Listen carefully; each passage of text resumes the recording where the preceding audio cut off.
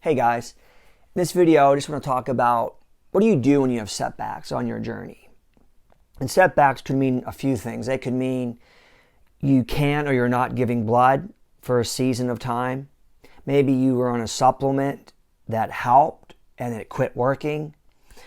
Maybe you was on a diet and it really helped, but the diet was really strict, so you got off of it. All that happened to me. You know, since I started on this journey, it's been 20 months, almost 2 years now. The phlebotomies, that's like the number one thing that helps, right?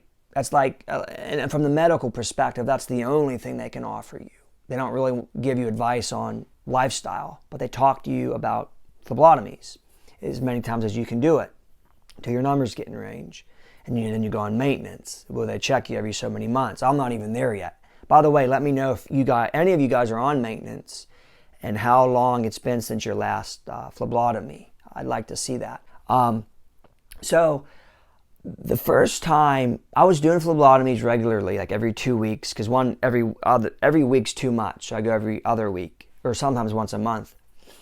But I was doing phlebotomies and I got a new job and my insurance changed. This was a little while ago.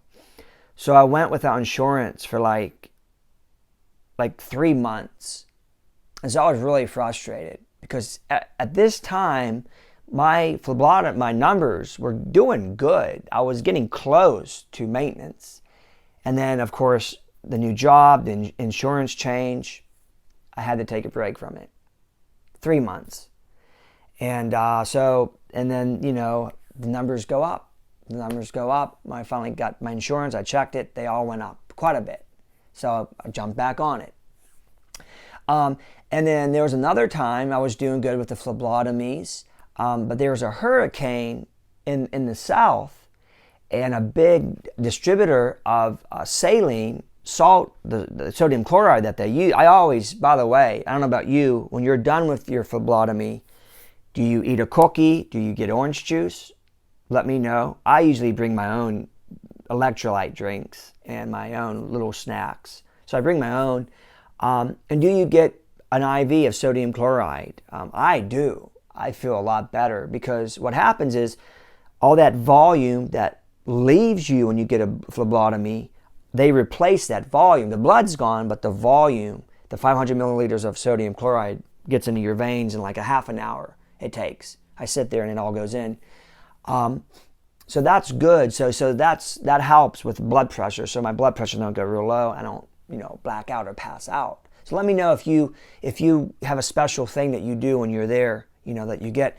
But the main point though, there was a shortage. The hospital wasn't given any sodium chloride to anyone unless it was extreme situation. They had it for like the emergency room. And so I had to, I mean, it really helps. Like I went once and had a phlebotomy without the sodium chloride, and I just felt weak. I felt faint. I didn't black out. I get dizzy, but I just didn't feel good. So again, I took a break. Another setback. It was 2-3 months before I got another phlebotomy. So that happened. And then there was another time with my insurance. Again, there was another situation with the insurance that I had a switch, and so there was like a month or two again that I had to skip giving phlebotomies. So I've had setbacks. So there was that, and then I noticed at first when I took supplements for this, I believe supplements can help. I was taking green tea, turmeric, resveratrol, milk thistle, quercetin, and IP6. I was taking all 6 of those every day. They were really helping. They were really helping to block iron and chelate iron, to draw iron out of my body. But the thing was, they helped, and over a period of several months, they didn't work as good. They were helping, but at first they really helped, but after a while they were just helping a little bit. So I was frustrated about that. And then I'll share in another video, I got on a diet, a specific diet that actually helped a real lot, probably helped more than anything, this diet. And the diet was wonderful. I was on it for 3 months, had really good results. And then the holidays hit, and I got off of it.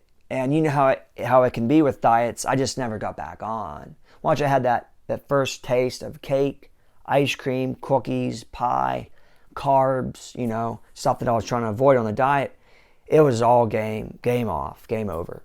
And then of course, iron numbers went up. So I've had my setbacks between not having insurance, having to skip phlebotomies, between maybe supplements helping, supplements not helping so much after a while, being on a diet, getting off a diet because the holidays come and it's tough to have discipline to stay on these diets for a long term. So I've had setbacks. It's frustrating, but you got to keep going. You got to keep going somehow. And trust me, I've had days I was trying to do everything I could do. I had one time that I gave a phlebotomy and I went in and my iron and ferritin was actually higher than before. I was like, how to beepity beep beep, is that even possible? How can I give blood and the freaking numbers went up? So I've had a lot of emotional days. I've had days where I just bad day, angry days, depressing days, anxious days. I've had days where man, this stupid disease is gonna kill me. It's just, So I've had a hard time. I've had good times and bad times, and I rejoice and celebrate when I get my labs and the numbers are way down. If the labs are way up, I'm so upset. That could be a rough night, because I'm trying to get these numbers down because they scare you. And it is true, over many years, the iron can give you liver disease and heart disease and pancreas damage, diabetes. So it is bad. It rusts out your brain. Just think about it. Rust in nature rusts stuff away. So we're rusty. We're getting rusty. And I was fortunate because I got diagnosed at an early age, low 30s, where other people maybe 50s, 60s. And so a lot of damage was done. So it's a blessing I got diagnosed so young, but I was upset that I got diagnosed so young. So it's one of those things. But anyhow, thank you for watching. Let me know your struggle. What has helped? What hasn't helped? And have you faced setbacks on your journey? Let me know. Thank you.